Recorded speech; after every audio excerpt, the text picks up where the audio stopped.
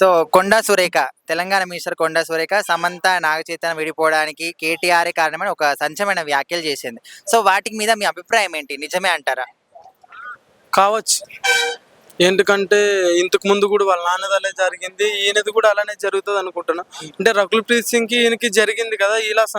ఇలా ఏదైనా జరిగింది వాళ్ళు చూసారు. ఆధారం లేనిదే ఏ ఊరు కూడా పాలిటిక్స్‌లో ఆధారం లేకుండా ఏది మాట్లాడరు. అంటే ఇప్పుడు ఏదైనా ఉంటేనే కదా!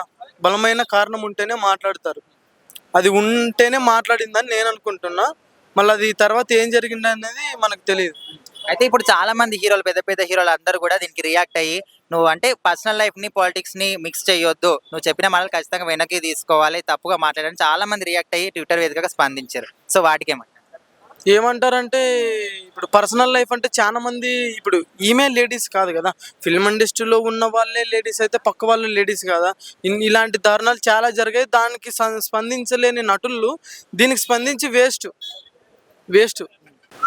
Okay. Hi bro. Hi bro, hi. So ఇప్పుడు సమంత, నాగచైతన్య, కొండా సురేఖ, కేటీఆర్ ఇది ఒక ట్రెండింగ్ హ్యాష్ ట్యాగ్స్ అయిపోయినాయి. సో మీ అభిప్రాయం ఏంది ఈ ఇష్యూ మీద?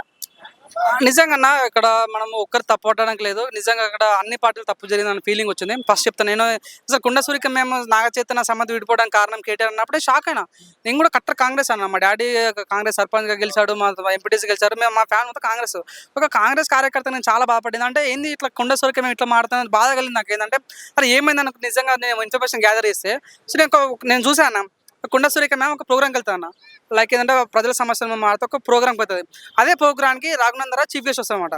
సో ఈమె Konda Surekha Congress party, Raghunandan Rao BJP party. So ఇద్దరు ఒక ప్లాట్ఫామ్కి వచ్చినప్పుడు పడని వ్యక్తి ఎవరిగా టీఆర్ఎస్ వ్యక్తి ఏం చేస్తా అంటే లైక్ మనకు ట్వీట్ చేస్తారన్నమాట. సో ఆ ఫోటోలో ఏముంటుంది అంటే మన రఘునందరావు కొండ సూరిక మీద ఒక మన కండు వేస్తారన్నమాట. కండు వేయగా ఏమంటారు షాలు వేస్తారన్నమాట. షాలు వేయగానే వీళ్ళు మన టీఆర్ఎస్ వ్యక్తి ఏం చేస్తారంటే దాన్ని నెగిటివ్ ట్వీట్ చేస్తారన్నమాట. సో మనం ఏమని ట్వీట్ చేయాలంటే మీ ఇద్దరు ఒక పార్టీలో లీలమవుతారు అటు ట్వీట్ అని వేరు. కానీ టీఆర్ఎస్ కార్యకర్త ఏమని ట్వీట్ చేస్తారంటే కళ్యాణ లక్ష్మి శుభాకాంక్షలు అంటాం. కళ్యాణ లక్ష్మి అంటే ఏమన్నా ఉన్నాను కదా, పెళ్లి ఏమంటారు, పెళ్లి కళ్యాణ లక్ష్మి శుభాకాంక్షలు అంటే అది చాలా చూసే వ్యక్తికి చాలా అంటే నెగిటివ్ అనిపిస్తామన్నమాట. ఏంది ఇంత క్లీన్ పాలిటిక్స్ ఉన్న ఈ రోజులలో ఇంకా నెగిటివ్ మాత్రమే ఫీలింగ్ వచ్చింది. సో ఆ తప్పు చేసే కార్యకర్తను అప్పుడే టీఆర్ఎస్ లీడర్స్ ఖండించుంటే అక్కడే ప్రాబ్లం సాల్వ్ అయ్యేది. ఆ టీఆర్ఎస్ లీడర్స్ స్పందించలేరు, ఆ కార్యకర్త కూడా ట్వీట్ డిలీట్ చేయలేడు. అది నిజంగా ఆమెకు తీసుకుని చాలా బాధ అనిపించమాట. సో తనకి ఎవరు చేశారు అనే అబ్జెక్ట్ ఒక టీఆర్ఎస్ కార్యకర్త ఆయన పెట్టిన ఫోటో ఏముంది, హరీష్ అన్న ఫోటో ఉందన్నమాట. వీళ్ళంతా టీఆర్ఎస్ వాళ్ళు చేసిన ఉద్దేశంతో కేటీఆర్ దీని వెనుక ఉన్నాడు అనే ఉద్దేశంతో కేటీఆర్ తిడుతూ తను ఏమనంటే నాగ చైతన్య సమ్మతి విడిపోవడానికి కారణం కూడా కేటీఆరే. సో ఈరోజు రేవు పార్టీలో వెనకాల కేటీఆర్ హస్తం ఉంది. చాలా మంది డ్రగ్స్, ఆ ఫోన్ ట్యాపింగ్, అది చాలా మంది హీరోయిన్స్ కూడా తొందరగా పెళ్లి చేసుకుంటారు కేటీఆర్ వల్ల భయపడి అంటా ఉంటారు. అసలు నేను ఊహించలేను బకుల్ సింగ్ పేరు వచ్చింది అవునను కదా. సో నాకు అనిపిస్తుంది అంటే సో కొండ సూరిక మేము పర్సనల్గా కాకుండా రాజకీయ పరంగా కేటీఆర్ తిడితే బాగుండేది. మీ 10 సంవత్సరాలు ఏం చేశారు, ప్రజల వల్ల మీకు ఏం ఉపయోగపడింది, సో డబుల్ బెడ్రూమ్ రూమ్ ఇచ్చిందా లేదా, నువ్వు ఐటీ మినిస్టర్ నువ్వు ఏం చేసినా అట్లా ప్రశ్నించడం తప్పు లేదు. కానీ నిజంగా అంటే అవతల వ్యక్తి ఏమో పర్సనల్ డ్యామేజ్ చేశారు కాబట్టి ఈమె కూడా పర్సనల్ డ్యామేజ్ చేసింది కేటీఆర్ని. సో అక్కడ హీరో వీళ్ళని కొట్టాడే తప్పలేదన్న. కానీ కమిటీని తీసుకురావడం ఎట్లా అంటే ఇప్పుడు చూడండి, సో అక్కడ కేటీఆర్ సంబంధం కొండ వర్సెస్ కేటీఆర్ అది ప్రాబ్లం. కానీ కావాలని సంబంధం తీసుకురావడం అనేది చాలా బాధ అనిపిస్తుంది. ఇప్పుడు మన తెలంగాణ మినిస్టర్ కేటీఆర్ మీద, నాగ చైతన్య, సమంత మీద కొన్ని వ్యాఖ్యలు చేసింది. సో చాలా మంది సెలబ్రిటీలు కూడా ఇప్పటికే రియాక్ట్ అయ్యారు. సో మీ అభిప్రాయం ఏంది పర్సనల్ గా ఆమె చేసిన వ్యాఖ్యల మీద? సో ఫస్ట్ ఆఫ్ ఆల్ ఈ వ్యాఖ్యల కంటే ముందు సో దీన్ని మొదలుపెట్టింది first KTR and social media team. First of all కొండ సీతక్క పైన ట్రోల్ చేయడం జరిగింది. సో ఒక మంత్రి, ఒక గిరిజన బిడ్డ, సో అదేవిధంగా ఆమె తర్వాత మళ్ళీ ఒక బహుజన బిడ్డ, బీసీ బిడ్డ, ఆమె పైన ట్రోల్ చేయడం జరిగింది. ఒక మంత్రి అనే గౌరవం లేకుండా, మహిళ అని గౌరవం లేకుండా కేటీఆర్ ఇష్టం వచ్చినట్టు మాట్లాడడం, ట్రోల్ చేయడం, ఇది ఎంతవరకు సమంజసం? ఫస్ట్ ఈ వివాదాన్ని తెరపైకి తీసుకొచ్చింది కేటీఆర్ గారు. సో ఆ కేటీఆర్ గారు మహిళ అని గౌరవం లేకుండా ఇదంతా ట్రోలింగ్ చేసుకుంటా, సో మంత్రి అనే గౌరవం లేకుండా, సో ఆమె యొక్క పరువును మొత్తము బజారున పడేసి దీనికి మొత్తము కర్త కర్మ క్రియ మొత్తం కేటీఆర్ అండ్ వాళ్ళ సోషల్ మీడియా టీం. అంటే చూసుకుంటే కంప్లీట్ గా రాజకీయాల పరంగా కదా. సో మరి ఇక్కడ ఒక సినిమా రంగానికి సంబంధించిన ప్రముఖ హీరోయిన్ ని ఈ విధంగా రాజకీయాలకు తీసుకురావడం కరెక్టేనా అని చాలా మంది ప్రశ్నిస్తారు. ఏమంటారు? సో ఆమె వివరణ కూడా ఇవ్వడం జరిగింది కొండ సూరిక గారు.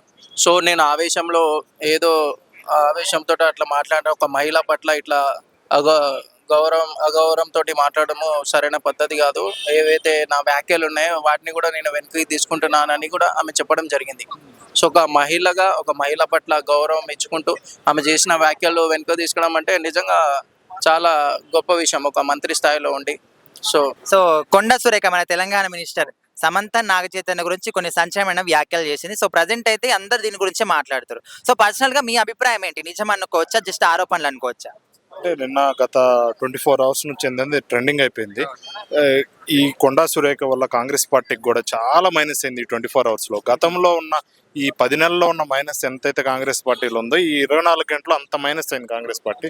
దీని మీద రేవంత్ రెడ్డి కూడా స్పందించాలని కోరుకుంటున్నాను. అంటే బేసిక్గా కొండా సురేఖ గారు ఏంటంటే క్షమాపణలు చెప్పాల్సింది నాగార్జునకి, కేటీఆర్కి చెప్పాలి. నువ్వు సమంతకో మహిళా సంఘానికో చెప్పాల్సిన అవసరం లేదు.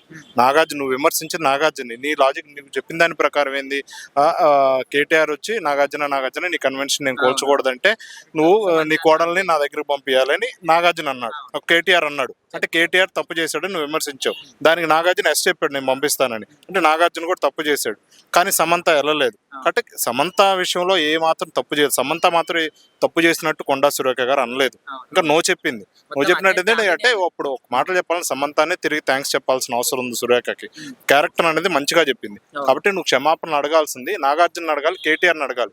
నీ దగ్గర ఎటువంటి ఆధారాలు లేకుండా నువ్వు కేటీఆర్ని విమర్శించాలదలుచుకుంటే ఇంకా చాలా ఉన్నాయి రాజకీయ పరంగా. నువ్వు ఎటువంటి రాజకీయ ఫ్యామిలీతో ఎటువంటి సంబంధం లేదు. ఇప్పుడు కూడా డైరెక్ట్ గా ఇండైరెక్ట్ గా నాగార్జున గారు గత 30 సంవత్సరాల నుంచి ఇండస్ట్రీలో ఉన్నా కానీ ఎటువంటి ఫ్యామిలీకి డైరెక్ట్ గా సపోర్ట్ చేసిన దాఖలు లేవు.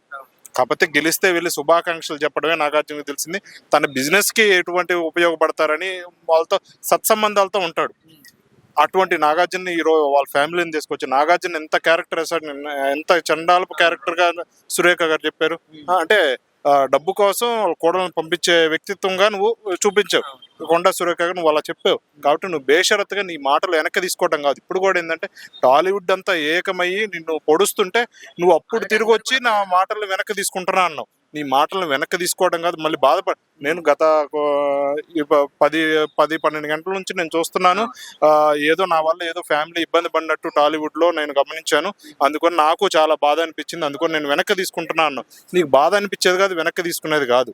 నువ్వు బేషరత్తుగా నువ్వు ముందుకు వచ్చే తెలంగాణ స్టైల్లో చెప్పాలంటే ముక్కుకు నేల రాసి నువ్వు నాగార్జున ఫ్యామిలీని, కేటీఆర్ని క్షమించాలని కోరాలి. అంటే ఓన్లీ సమంతనే కాకుండా మధ్యలో రకుల్ ప్రీత్ సింగ్ పేరు కూడా తీసుకొచ్చింది. రకుల్ ప్రీత్ సింగ్, కేటీఆర్ అంటే వీళ్ళిద్దరి మధ్య కూడా ఏదో ఉంది, అప్పట్లో వీడియోలు రిలీజ్ అయ్యాయి అనే విధంగా. అంటే ఆమె బయటికి వెళ్ళి సినిమాలు చేయకుండా ఇప్పుడు పెళ్లి చేసుకొని సైలెంట్ గా ఉండడానికి కారణం కూడా కేటీఆర్ అంటుంది. సో మరి ఎంతవరకు నిజం?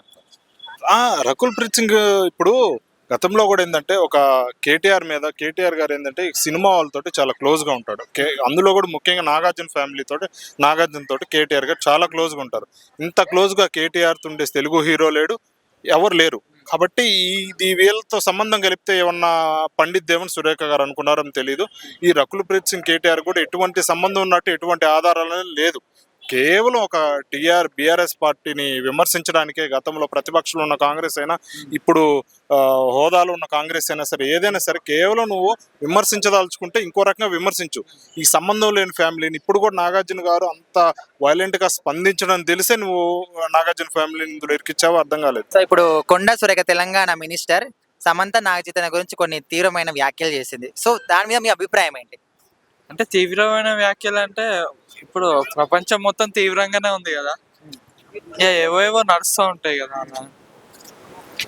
అంటే సమంత నాగచైతన్య విడిపోవడానికి ఖచ్చితంగా కేటీఆరే కారణం అంటుంది. సో అది నిజం అనుకోవచ్చా? ఏం లేదు, ఒక బండి వేసింది, ప్రూఫ్స్ ఏమన్నా ఉంటాయా? ఎన్నో చెప్పొచ్చు కదా, చెప్పమంటే. అంటే సినిమా సెలబ్రిటీస్ చాలా మంది కూడా డ్రగ్స్ కు అలవాటు కేటీఆర్ చేయించాడు. అది కూడా అండ్ రేవ్ పార్టీలు చేసిండు అండ్ ఫోన్ ట్యాపింగ్ చేసి అంతా కూడా హీరోయిన్ బ్లాక్ మెయిల్ చేసిండు కేటీఆర్ అంటుంది. సో ఇంతవరకు నిజం ఏంటి నాకు అర్థం కాదు క్వశ్చన్. రేవ్ పార్టీలు కానీ ఫోన్ ట్యాపింగ్ చేసి చాలా మంది హీరోయిన్ బ్లాక్ మెయిల్ చేస్తుండు కేటీఆర్ అనే విధంగా చెప్తుంది. అంటే ఇది మన ఒకటే స్టేట్ కాదు కదా, వేరే కంట్రీస్ లో కూడా ఇలానే అవుతాయి కదా. అంటే ఇలాంటి అలిగేషన్స్ కామనే కదా అని. అంటే ముఖ్యంగా ఒక సినిమాకి సంబంధించిన వాళ్ళని పొలిటికల్ గా తీసుకొచ్చి ఇందులో కలపడం ఎంతవరకు కరెక్ట్ అంటారు మీ అభిప్రాయం? అంటే అందరూ పాలిటిక్స్, సినిమా అన్ని ఒకటే కదా, అందరు మనుషులే. అంటే వాళ్ళు వీళ్ళ మీద వేసినట్టున్నారు, వీళ్ళు వాళ్ళ మీద వేసినట్టున్నారు, అది తెలిసి అలా కావచ్చు. అంటే ఇప్పుడు సినిమా రంగం, రాజకీయ రెండు ఇటు సపరేట్ కదా. సో అక్కడ ఆమెను తీసుకొచ్చి అంటే పర్సనల్ లైఫ్ ని ఇట్లా పొలిటికల్ లో కలపడం ఎంతవరకు కరెక్ట్? అంటే పాలిటిక్స్, సినిమా ఎందుకు వేరైతే? పాలిటిక్స్ మనీ అయినా సినిమా అయినా అందరు మనుషులే కదా, ఏదైనా ఇండస్ట్రీ, అందరికి పైసలు కావాలి, అందరు ఎవరు జాబ్ వాళ్ళు చేస్తారు. సో ఇప్పుడు సమంత నాగచైతన్యకు సంబంధించి మన తెలంగాణ మినిస్టర్ కొండా సురేఖ కొన్ని సంచలనమైన వ్యాఖ్యలు చేసింది, కేటీఆర్ వల్లనే విడిపోయారని. సో నువ్వేమంటావు? ఆమె చెప్పింది నిజమే అనుకోవచ్చు, జస్ట్ ఆరోపణలు అనుకోవచ్చా? ఇది స్పష్టంగా తెలుస్తుంది, ఇది చాలా పచ్చి అబద్ధం అని. ఎందుకంటే కేటీఆర్ అందరూ తెలుసు, మన ఇలాంటి వ్యక్తి చాలా ఎడ్యుకేటెడ్ పర్సన్, ఆయనకు నాలెడ్జ్ ఉంది. గత 10 సంవత్సరాలు మన ఐటీ కంపెనీస్ ఎన్ని తెచ్చిండు ఆయనకు తెలుసు. ఆమె కాంగ్రెస్ పార్టీ అయినా బీఆర్ఎస్ పార్టీ, వాళ్ళిద్దరి మధ్యలో ఏదో చిచ్చు ఉంది. కానీ ఇది పర్సనల్గా ఇది సమంత మీదకి ఎట్లా వచ్చిందో నాకైతే తెలీదు. కానీ సమంతను ఇట్లా ఏమంటారు ఫోన్ ట్యాపింగ్ కానీ వాట్సాప్ ట్యాపింగ్ కానీ చేసిండని ఆమె అంటుంది. వాళ్ళు చూసుకోవాలి, కానీ ఫిలిం ఇండస్ట్రీ వాళ్ళను అలా చేయడం తప్పని నేను అనుకుంటున్నా. అయితే ఆమె ఒక ఆడామె అయ్యి ఉంటే ఇంకో ఆడామెను బ్యాడ్ చేయడం అనేది నాకు ఇంకా చాలా బాధ అయింది. అంటే రకుల్ ప్రీత్ సింగ్ విషయంలో కూడా కేటీఆర్ సంబంధించి కొన్ని అప్పట్లో వీడియోలు కూడా వచ్చాయి, కలిసి ఉన్నాయి, ఆమె ఆరోగ్యం బాగలేకపోతే పలకరించి, ఇలాంటివన్నీ కూడా చూసినాం కదా. సో నిజమే అనుకోవచ్చు కదా ఇది కూడా? లేదు, అది కూడా తెలిసిపోయింది కదా అబద్ధం అని చెప్పి, ఫోన్ ట్యాపింగ్ అని చెప్పారు, కానీ అది కూడా అబద్ధం అని తెలిసిపోయింది అన్న. కానీ ఇలా చేయడం, ఆమె ఒక మినిస్టర్ అయ్యి ఉండి, చిన్న పదవి కాదు, ఎమ్మెల్యే కూడా ఒక మినిస్టర్ అయ్యిండి కాంగ్రెస్ పార్టీ నుంచి, మంచి అవకాశం ఇచ్చారు తనకు, వాడుకోక పర్సనల్ లైఫ్ తీసుకొచ్చి డ్యామేజ్ చేయడం అనేది నాకు చాలా, మనకే కాదు ఆడవాళ్ళకి అందరికీ. అంటే చాలా మంది హీరోయిన్లకు కూడా డ్రగ్స్ అలవాటు చేసిండు, రేవ్ పాలు నిర్వహించి ఫోన్ ట్యాపింగ్ చేసి వాళ్ళందరినీ కూడా బ్లాక్ మెయిల్ చేసిండు కేటీఆర్ అనే విధంగా కూడా ఆమె ఆరోపణలు చేస్తుంది. నిజం అనుకోవచ్చు, అబద్ధం అనుకోవచ్చు? ఇది అబద్ధం తెలిస్తే మన ముందు మొత్తం మీద పడిపోతారు వాళ్ళు, మీడియా వాళ్ళు కానీ ఎవరు కానీ. ఎక్కడ మనం ఏ రోజు కూడా అలాంటి న్యూస్ వినలేం మనం, కాబట్టి అది అబద్ధం అని తెలిసిపోతుంది స్పష్టంగా.